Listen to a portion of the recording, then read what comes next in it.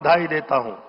आज जब विश्व के अनेक प्रकार के असंतुलन, तनाव, संघर्ष, गलत आहार विहार के कारण जीवन शैली आधारित शारीरिक और मानसिक व्याधियों की बड़ी चुनौतियों से जूझ रहा है, तब हमारे भारत का योग एक आशा की किरण के रूप में समाधान बनकर सामने आया है। आदरणीय प्रधानमंत्री जी, आपसे प्रेरणा लेकर लोगों के बीच हेल्दी फूड को प्रमोट करने के लिए इस बार आयुष मंत्रालय ने एक छोटा सा इनिशिएटिव लिया है। हम दिल्ली में 70 जगहों पर आज आईडीवाई के इस प्रोग्राम में सभी प्रतिभागियों को आयुष आहार वितरित करेंगे।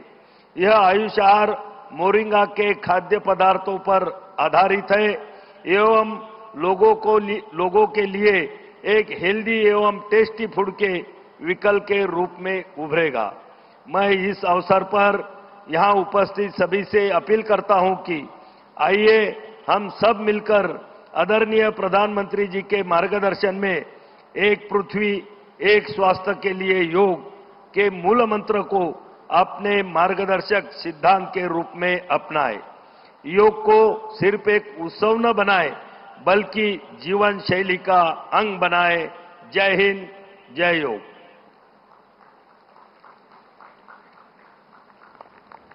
ధన్యవాదాలు సార్.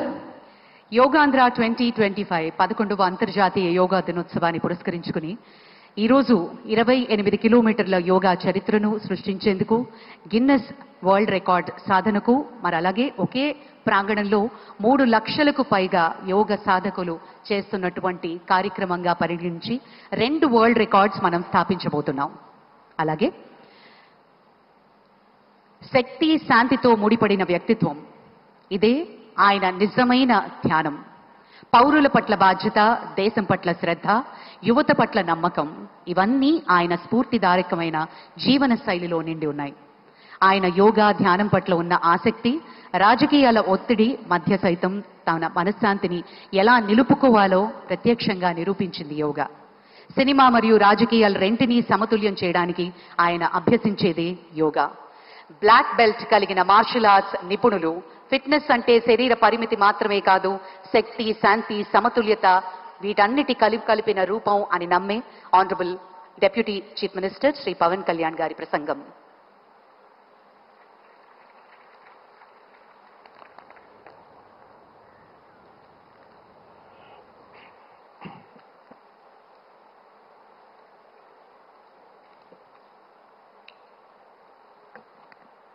ఉదయ బ్రహ్మస్వరూపం, మధ్యాహ్నే తు మహేశ్వర, సాయంకాలే తు స్వయం విష్ణు, త్రయామూర్తి దివాకర. ముందుగా సూర్య భగవానునికి నమస్సుమాంజలు తెలియజేస్తూ, యోగ విద్యను అందించిన ఆదియోగి పరమశివునికి, ఆ మహాయోగ విద్యని మనకి పతంజలి మహర్షి యోగశాస్త్ర రూపంలో అందించారు. వారిరువురి పాదపద్మములకు నమస్కారాలు. మన యోగ విశిష్టతను, గొప్పదనాన్ని ఋగ్వేదంలో ఉన్న మహానుభావులు తెలియజేస్తే, దానిని ప్రపంచవ్యాపితం చేసిన దార్శనికులు మాత్రం గౌరవ ప్రధానమంత్రి శ్రీ నరేంద్ర మోదీ గారు. భారతీయ సనాతన ధర్మం తాలూకు విశిష్టతను యోగా ద్వారా విశ్వవ్యాపితం చేసిన ఘనత ఆయన సొంతం. యోగా సాధకులు ఎంతటి దృఢచిత్తాన్ని కలిగి ఉంటారు, ఒత్తిడి జయించి సంకల్ప సాధకులుగా ఎలా నిలబడతారన్న దానికి కూడా మన గౌరవ ప్రధాని శ్రీ మోదీజీ గారు నిలువెత్తు ఉదాహరణ. ప్రపంచ యోగా దినోత్సవం యావత్ భారతవానికి, భారతీయులకి దక్కిన గౌరవం. సరిగ్గా ఒక 2014లో అప్పుడే ఐక్యరాజ్య సమితిలో గౌరవ ప్రధానమంత్రి మోదీ గారు ప్రవేశపెట్టినప్పుడు దాదాపు 177 దేశాలు ఈ రెజల్యూషన్కి మద్దతు పలికినాయి. ఇంతమంది మద్దతుని కూడగట్టగలిగి ఈ రోజున మనకి 2015 నుంచి యోగా దినోత్సవం ప్రారంభమైంది. ఈ రోజున గౌరవ ప్రధానమంత్రి మోదీజీ గారి పిలుపు మేరకు మనం మొదట విశాఖ 11వ యోగా దినోత్సవ సంబరాలకు వేదిక అయింది. శ్రీ మోదీజీ గారి సమక్షంలో గౌరవ ముఖ్యమంత్రి వర్యులు శ్రీ చంద్రబాబు నాయుడు గారి కృషితో ప్రపంచ రికార్డుకు వేదికగా నిలిచింది.